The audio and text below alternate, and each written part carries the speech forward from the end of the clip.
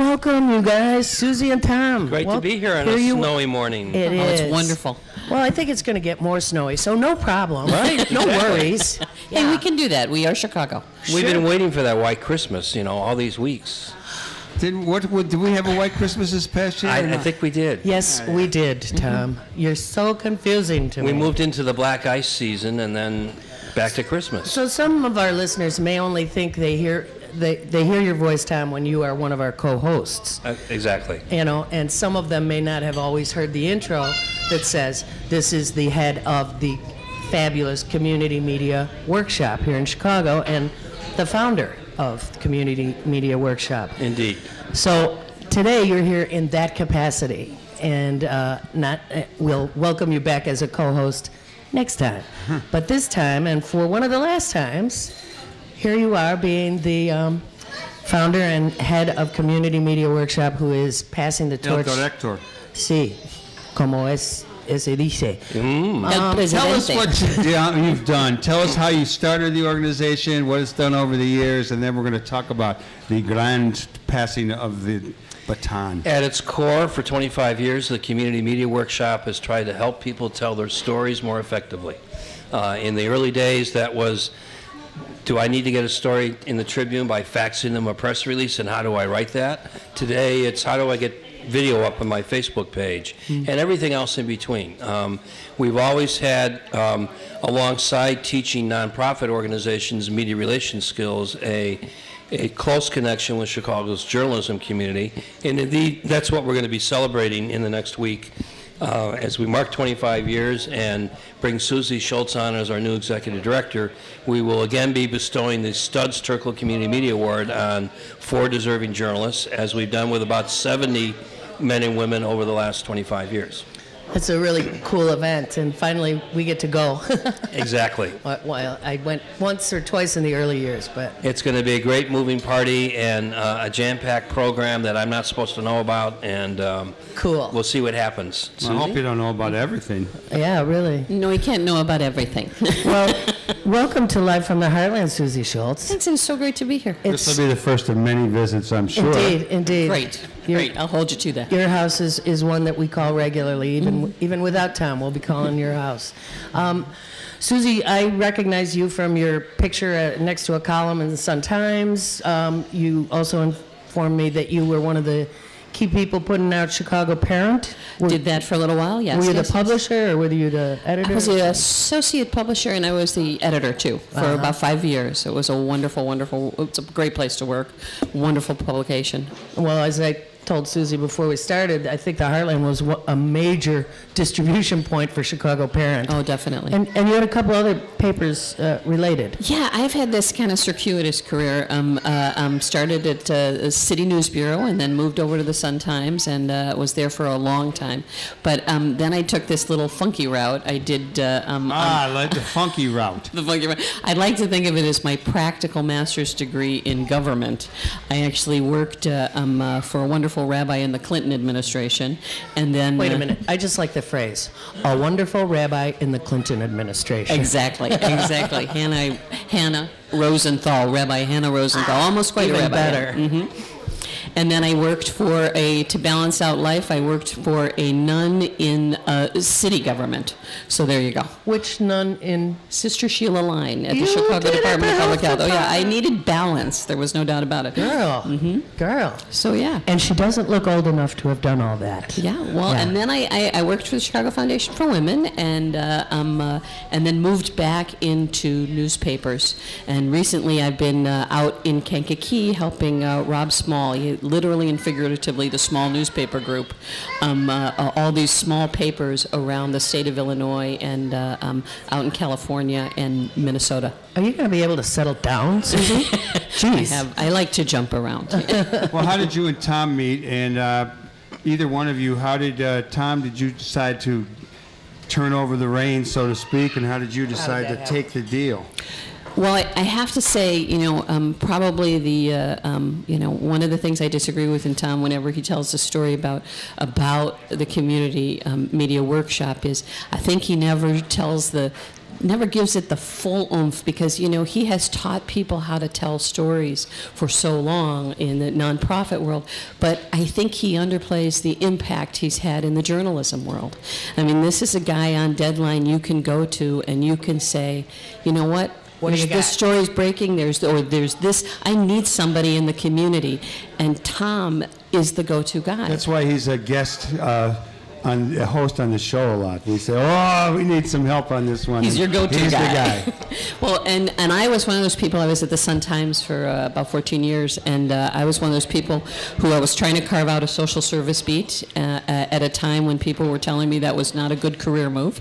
Thom would call, and he would say he's having a training, and I knew that I could walk into this room and walk out having met 25 committed, amazing people who had stories to tell, cared about the issues, and I would walk out with those cards and those connections. So I would always go when Thom called. Yeah. Yeah. And when Yeah, how come you're giving it up, Thom? Well, it's time to try some new things. Being in relatively good health, I have a couple of projects I want to work on. I'm doing some research and writing about my activist past. I have a grandson who I enjoy lots of time with, and perhaps some travel and stuff. I'm not using the R word because we can't afford that. I've not stopped my working career. I'm just shifting gears a bit to spend that energy a different way.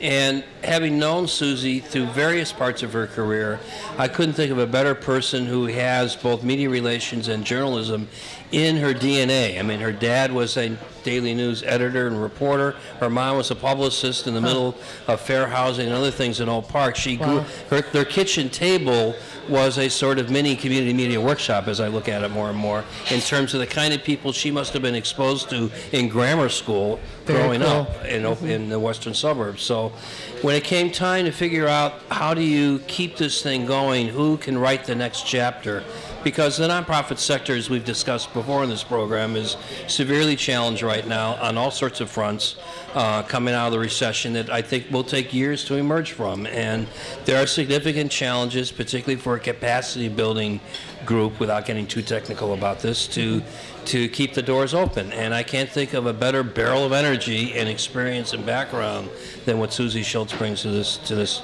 particular opportunity.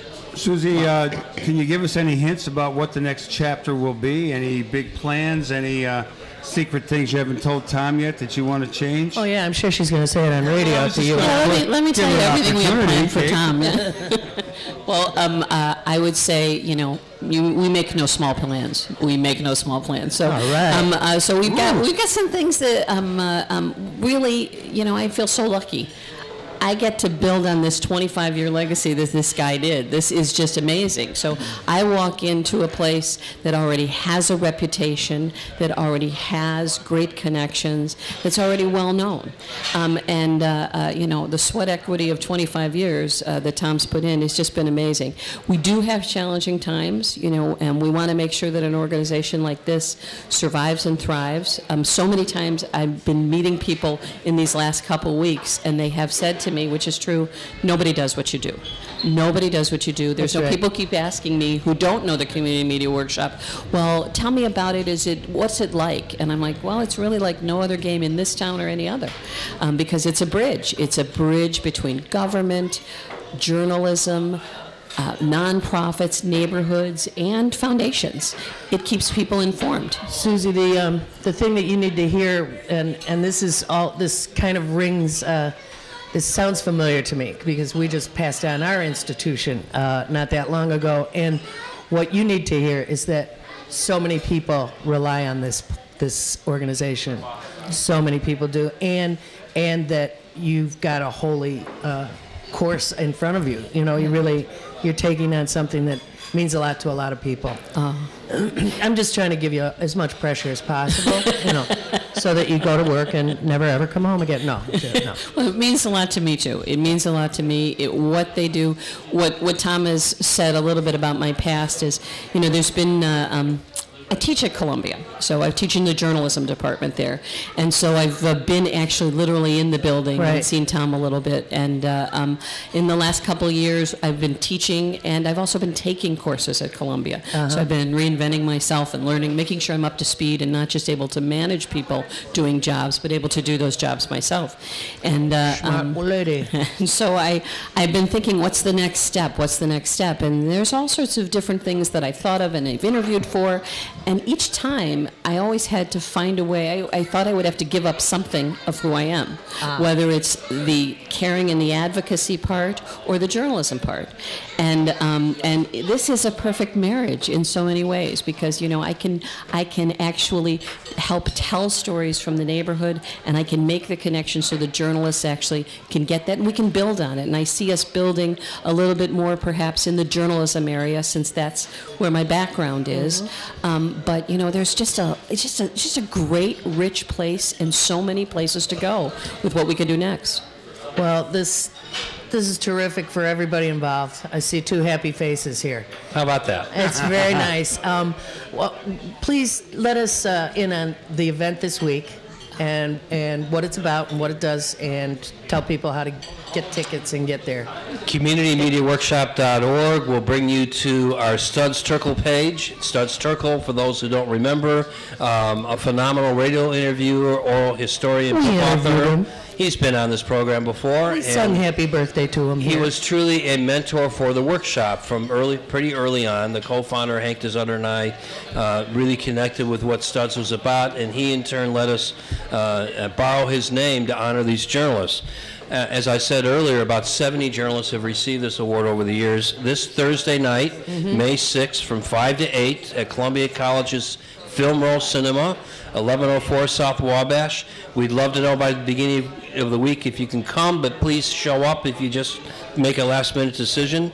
Another guest on your program recently, Steve Bagheera, is one of our winners, a phenomenal writer for The Reader. That's somebody we really rely on for the Alejandro Escalona, who is now the web manager for Telemundo, but I first met him when he was a columnist for the Sun-Times, and before that he was the first editor of OI. Or what became OI. And then Steve James and Gordon Quinn from Cartemkin round out our awardees. We also have a new Uplifting Voices Award that Fred and Nikki Will Stein, Nikki formerly of the Polk Brothers Foundation, will get at the beginning of the night. The McCormick Foundation is going to mark 20 years of doing journalism funding. There's lots of moving parts for this party. Let me put in a brief pitch, because there's also going to be a little bit of tribute to a guy sitting at this table. So I thought it was a secret. Yeah, that's the secret. But we're not giving details. So but much for that. Let me just say this: that if he has touched your life, if he's touched your work, you need to come. You need to join us on Thursday. Really well done, and welcome aboard, Susie, to a great institution. Once again, what's the website? CommunityMediaWorkshop.org.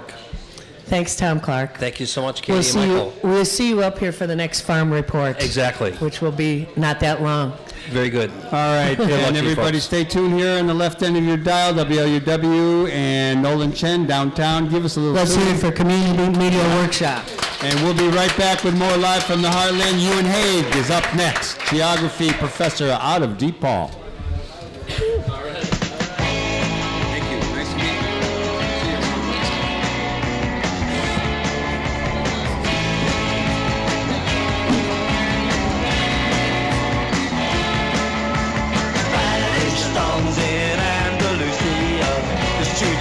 In the days of